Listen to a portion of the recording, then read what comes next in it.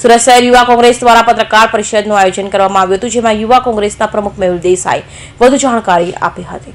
સુરત શહેર યુવા કોંગ્રેસ દ્વારા ન્યાય આપો સાથે કેમ્પિંગ લોન્ચ કરવામાં આવ્યું હતું, જેમાં પત્રકાર પરિષદમાં કોંગ્રેસના સુરત શહેર યુવા નેતા મેહુલ દેસાઈ, મહામંત્રી ફૈસલ રંગુની, મિકી જોસેફ, અરજીતસિંહ ભાટી સહિતના હોદ્દેદારો હાજર રહેવા પામ્યા હતા। આજની આ પ્રેસ કોન્ફરન્સ એક રોજગાર આપો ન્યાય આપો એનું લોન્ચિંગ કરવામાં આવ્યું છે સુરત શહેરની અંદર, અને આ ઓલ ઇન્ડિયા યુવક કોંગ્રેસ દ્વારા યુવાઓ માટે ન્યાય યાત્રા રાહુલ ગાંધીજી કાઢી રહ્યા છે। એના માટે યુવાઓને જોડાવા માટે દરેક શહેર જિલ્લાના જ્યાં યુવાઓને અન્યાય થયો છે એના ન્યાય માટે આજે રાહુલ ગાંધી એક પદયાત્રા કરી રહ્યા છે।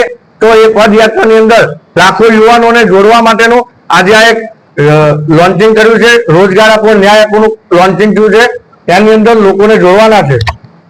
મિત્રો, જ્યાં જ્યાં લોકોને અન્યાય થયો છે ત્યાં લોકોને ન્યાય આપવા માટે આજે રાહુલ ગાંધી સડક પર ઉતરી રહ્યા છે।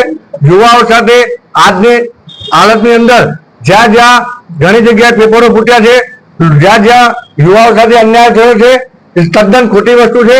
શહેર, જિલ્લો, રાજ્ય કે દેશની અંદર આજે યુવાઓ સાથે ઘોર અન્યાય થઈ રહ્યો છે। મોટી મોટી વાતો કરી રહી છે।